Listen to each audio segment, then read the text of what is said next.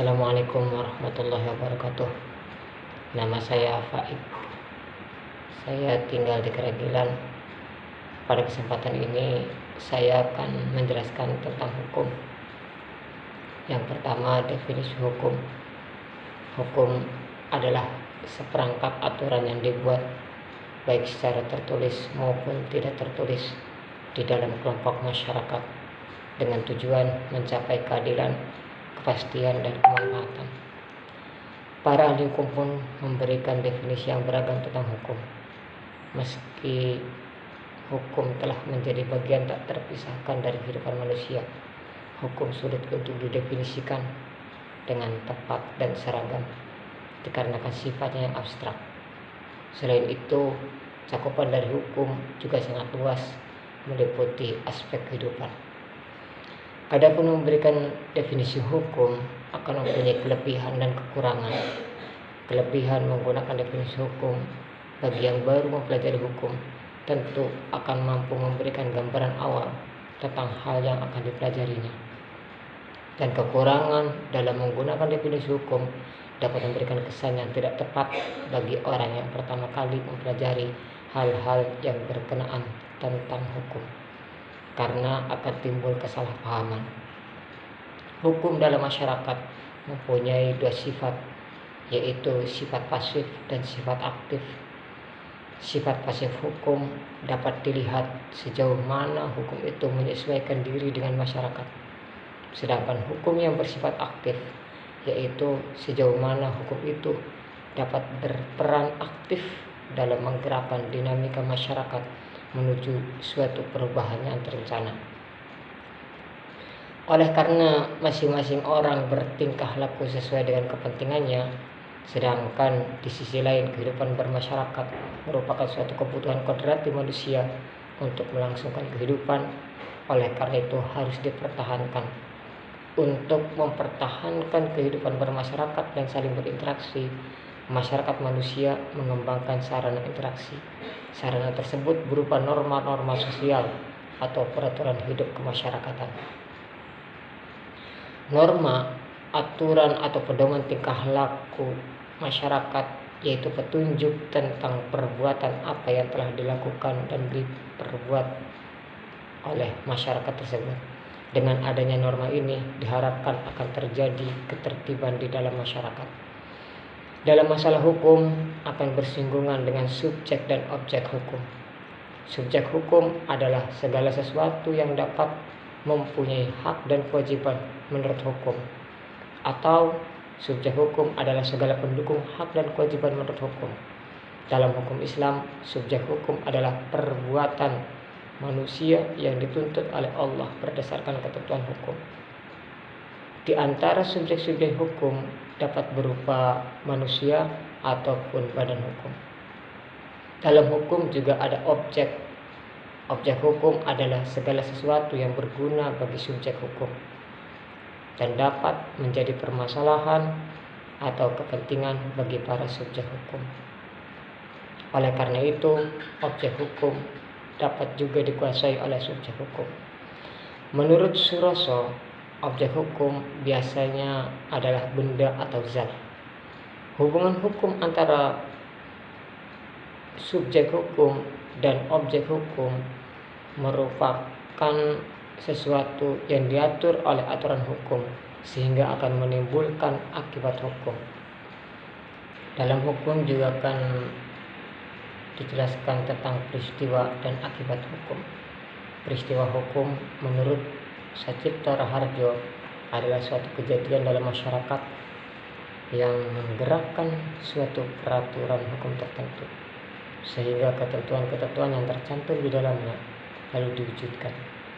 Tolak ukur apakah suatu peristiwa bisa disebut peristiwa hukum atau tidak adalah norma hukum tersebut. Segala perbuatan manusia yang secara sengaja menimbulkan hak dan kewajiban pada proses interaksi itulah yang dinamakan perbuatan hukum. Suatu perbuatan merupakan dapat dikatakan perbuatan hukum kalau perbuatan tersebut oleh hukum diberi akibat atau mempunyai akibat hukum, dan akibat itu dikehendaki oleh yang bertindak. Akibat hukum adalah segala akibat yang terjadi dari segala perbuatan hukum yang dilakukan oleh subjek hukum terhadap objek hukum, ataupun akibat-akibat lain yang disebabkan karena kejadian-kejadian tertentu yang oleh hukum bersangkutan sendiri telah ditentukan atau dianggap sebagai akibat hukum. Asas hukum adalah aturan dasar dan prinsip-prinsip hukum yang abstrak, pada umumnya melatar belakangi peraturan konkret dan pelaksanaan hukum tersebut.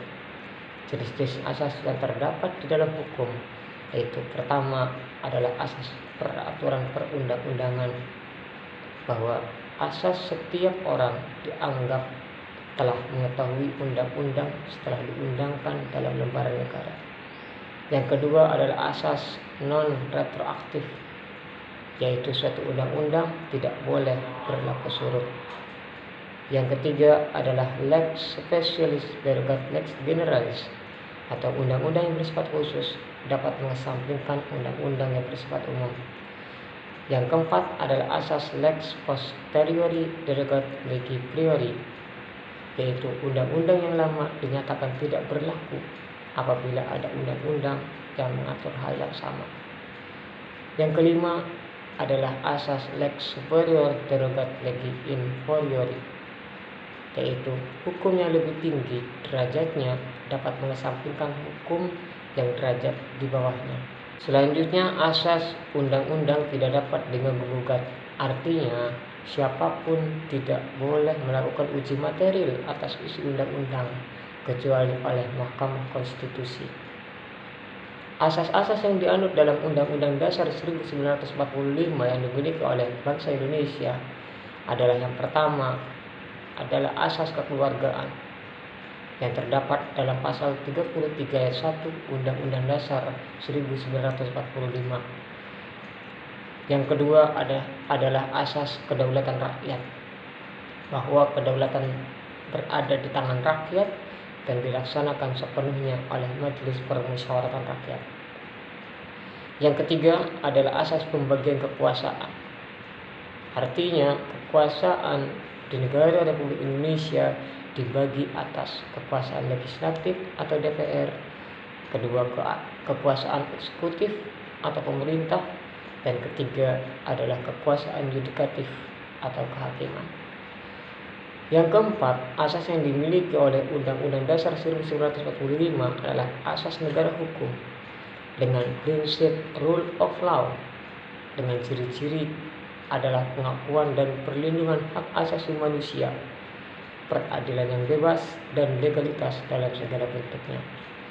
Kemudian asas yang dimiliki oleh Undang-Undang Dasar 1945 yang kelima adalah asas kewarganegaraan. Dalam asas kewarganegaraan terdapat dua asas. Yang pertama, ius sanguinis, yaitu menetapkan kewarganegaraan seseorang berdasarkan atas keturunan atau peralihan darah.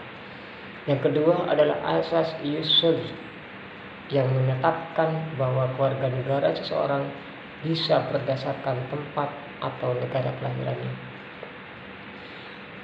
Dalam hukum juga terdapat fungsi dan tujuan yang sebenarnya sudah terkandung. Dalam hukum juga terdapat fungsi atau tujuan hukum yang sebenarnya sudah terkandung dalam batasan pengertian atau definisi hukum itu sendiri. Kalau dikatakan bahwa hukum adalah seperangkat kaidah-kaidah dan asas-asas yang mengatur kehidupan manusia dan masyarakat, maka dapat disimpulkan bahwa salah satu fungsi hukum itu sendiri adalah keteraturan dalam kehidupan bermasyarakat. Pada hakikatnya, tujuan hukum adalah menciptakan tatanan masyarakat yang tertib, menciptakan ketertiban dan keseimbangan. Dalam hukum Indonesia terdapat sumber-sumber hukum. Sumber-sumber hukum yang ada di Indonesia bisa berupa sumber hukum material dan juga sumber hukum formil. Menurut L.G. Applebaum, sumber hukum material bisa meliputi sumber hukum dalam arti sejarah, sumber hukum dalam arti sosiologis, ataupun sumber hukum dalam arti filsafat. Sedangkan sumber hukum formil yang ada di Indonesia adalah suatu rumusan yang memiliki bentuk tertentu sebagai dasar untuk bisa ditaati dan bisa ditegakkan oleh penegak hukum.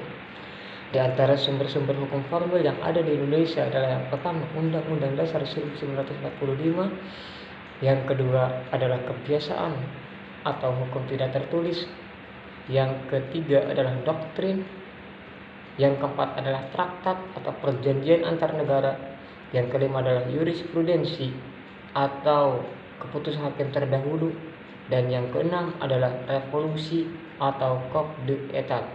Walaupun coup d'etat merupakan salah satu perubahan di luar konstitusi, kudeta dan revolusi ini bisa menjadi konstitusional jika diterima dan diakui oleh masyarakat. Sekian pemaparan dari saya, kurang dan lebihnya saya ucapkan mohon maaf dan terima kasih atas segala perhatian. Sekian, wassalamualaikum warahmatullahi wabarakatuh.